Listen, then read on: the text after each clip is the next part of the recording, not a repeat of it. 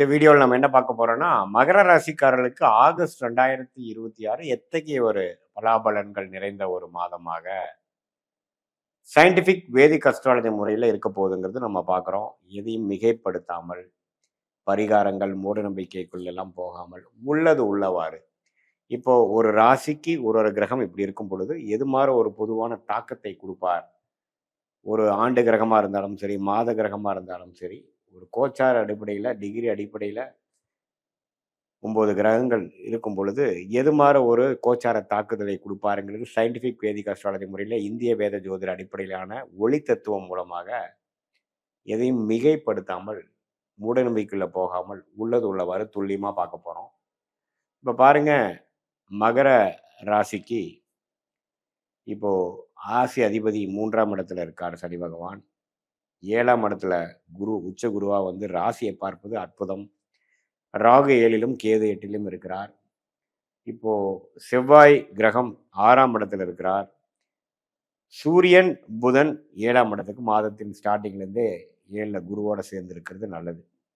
சுக்கிரன் வந்து 9ல இருக்கிறார். இந்த அமைப்பை எப்படி கொடுக்குது அப்படின்னா, 7ஆம் இடத்துல வந்து குரு, புதன், சூரியன் இருக்கிறது நல்ல ஒரு சோஷியல் லைஃப், நல்ல ஒரு டெவலப்மெண்ட், நல்ல ஒரு அந்தஸ்தை கொடுக்கக்கூடிய அமைப்புகள்லாம் வந்து வருது. இதுவரைக்கும் கடந்த ஒரு வருடமா சுமாரா போயிட்டு இருந்த அமைப்புகள்லாம் படிப்படியாக நீங்கி, இப்போ சில விஷயங்கள் சாதகமாக வரக்கூடிய அமைப்புகள், அசோசியேஷன், பார்ட்னர்ஷிப், திருமணம், சமுதாயத்தில் கொஞ்சம் அந்தஸ்து, சுப விஷயங்கள் நடக்கிறது, எல்லாமே ஓரளவுக்கு பாசிட்டிவாக வரக்கூடிய அமைப்புகள் இருக்குது. இப்போ மகர ராசிக்காரங்களே பார்த்தீங்கன்னா, அவங்க போன பல ஆண்டில் செய்த தவறுகளை எல்லாம் தெரிந்து கொண்டு, திருத்தி கொண்டு, இன்னும் கொஞ்சம் தெளிவாக செயல்படக்கூடிய ஒரு காலகட்டமாக இருக்கிறது. அதில் ஆகஸ்ட் மாதம் ஒரு முக்கிய பங்கு வரக்கூடிய அமைப்பு இருக்குது. அதே மாதிரி உங்களுக்கு இந்த ராசி அதிபதி சனி 3ல் இருக்கனால 7 நாட்டு சனிலாம் முடிஞ்சு கிட்டத்தட்ட ஒரு வருடம் ஆயிருச்சு. அதை குரு பார்க்குறார். ராசியவும் குரு பார்க்குறார், ராசி அதிபதியும் குரு பார்க்குறார். அப்படிங்கிறப்ப என்ன ஆகும்? நமக்கு ஆட்டோமேட்டிக்காக தவறுகளான ஒரு ஹேபிட்ஸு, பேட் ஹேபிட்ஸ் எல்லாமே கொஞ்சம் நீங்கும்.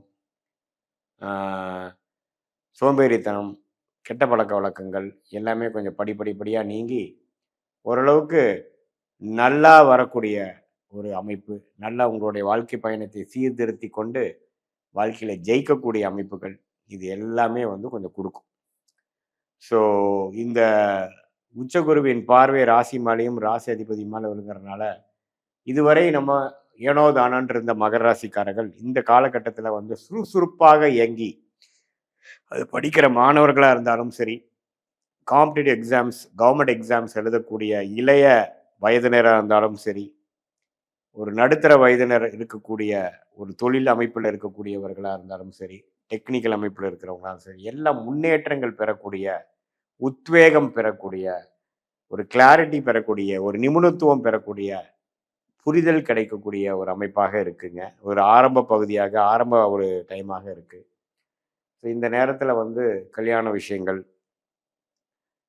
வேலை மாற்றங்கள், வாழ்க்கையை வசதிப்படுத்துகிறது, அது மாதிரி சில விஷயங்கள்லாம் வந்து நல்லாவே பிளான் பண்ணி நல்லா எக்ஸிக்யூட் பண்ணக்கூடிய அமைப்புகளாக வருகிறது.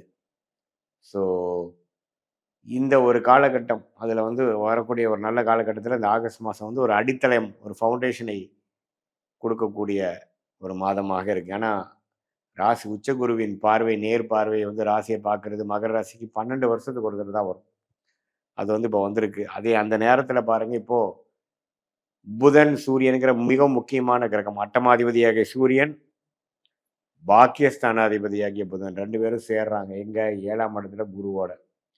ஸோ அப்படிங்கிறப்ப என்ன, ஏதோ நம்ம அந்நியர் மூலமாக சில பெனிஃபிட்ஸ், சில நன்மைகள், சில பாக்கியங்கள் நமக்கு கிடைக்கக்கூடிய அமைப்புகள், இது எல்லாமே நமக்கு கொஞ்சம் வருதுங்க. ஸோ இதெல்லாமே வந்து மகர ராசிக்காரர்களுக்கு ஒரு நல்ல ஒரு பலனை கொடுக்கக்கூடிய அமைப்பாக இருக்குது. மற்றபடி 6ஆம் இடத்தில் இருக்கக்கூடிய செவ்வாய் வந்து ருணம் கொடுக்கக்கூடியது, பிரச்சனை கொடுக்கக்கூடியது, உடல் உபாதைகளை கொடுக்கக்கூடியது, திடீர்னு ஏதோ சில அடிபடுற கொடுக்கக்கூடிய அமைப்புகளும் இருக்குது. ஸோ அதனால் நீங்கள் வந்து கொஞ்சம் செவ்வாய் 6ஆம் இடத்தில் இருக்கிறதுனால கொஞ்சம் கேர்ஃபுல்லாக இருக்க வேண்டிய அமைப்புகள் தேவைப்படுது. ஸோ நீங்கள் வந்து அந்த உடல் உபாதைகள், சூடு, ரொம்ப ரிச் ஃபுட் சாப்பிட்டு அஜீரண கோளாறு ஆகுறது, அது மாதிரி விஷயங்கள் எல்லாம் கொஞ்சம் கவனமாக இருக்கணும். செவ்வாய் 6ஆம் இடத்துல இருக்கும் பொழுது, அது ராசியவே 8ஆம் பார்வையாக பார்க்கும் பொழுது, எல்லாமே ஓரளவுக்கு பாசிட்டிவாக தான் இருக்குது சாமி நீங்கள் சொல்கிற மாதிரி. ஆனால் திடீர்னு ஏதோ ஒன்று நடந்துருச்சு அப்படிங்கிற மாதிரி விஷயங்களும் இருக்கக்கூடிய அமைப்புகள் தான் இருக்குது. ஸோ அதனால் அந்த ஒரு விஷயம் நீங்கள் கேர்ஃபுல்லாக இருக்கணும். மற்றபடி ஓரளவுக்கு நல்ல பலாபலன்கள் உள்ள ஒரு அமைப்பாக மகர ராசிக்காரர்களுக்கு 2026 ஆகஸ்ட் மாதம் இருக்குங்க. இது ஒரு பொதுவான பலனே தவிர, உங்களுடைய ஜென்ம ஜாதகத்தில் எப்படி இருக்குது, உங்களுடைய லக்னம் என்ன, நீங்கள் பிறந்த தேதி, பிறந்த நேரம், பிறந்த ஊரை வைத்து உங்களுடைய திருக்கணித பஞ்சாங்கத்தில் ஜாதகத்தை போட்டு சயின்டிஃபிக் வேதிக் அஸ்ட்ராலஜி முறையில் நாம் அதை பார்த்து எது மாதிரி யோகங்கள் உங்கள் ஜாதகத்தில் இருக்குது, எது மாதிரி கர்மா உங்களுக்கு வாழ்க்கையில் நடக்கும், எப்போ எது நடக்கும், எந்த துறை உங்களுக்கு ரொம்ப யோகமாக இருக்குது, எந்த படிப்பு படிக்கலாம், எப்போ கல்யாணம் நடக்கும், எப்போ குழந்தை பேர் வரும், எப்போ வெளிநாடு போகலாம், நமக்கு அந்த அமைப்பு இருக்கா, தொழிலா அல்லது வேலையா, அந்த வேலைன்னு எடுத்துட்டோம்னா ப்ரைவேட் செக்டாரா, கார்ப்பரேட் லைஃபா, அல்லது அரசு சார்ந்த கவர்மெண்ட் ரிலேட்டடான சில ஜாப்ஸா, எந்த துறையில், மெடிக்கல் ரிலேட்டடா, அல்லது டெக்னிக்கல் ஐடியா, அக்ரிகல்ச்சர் அது மாதிரியா, அல்லது பேங்கிங் செக்டாரா, எந்த கிரகம் நல்லா இருக்கோ அதை பொறுத்து வச்சு நம்ம சொல்லலாம்.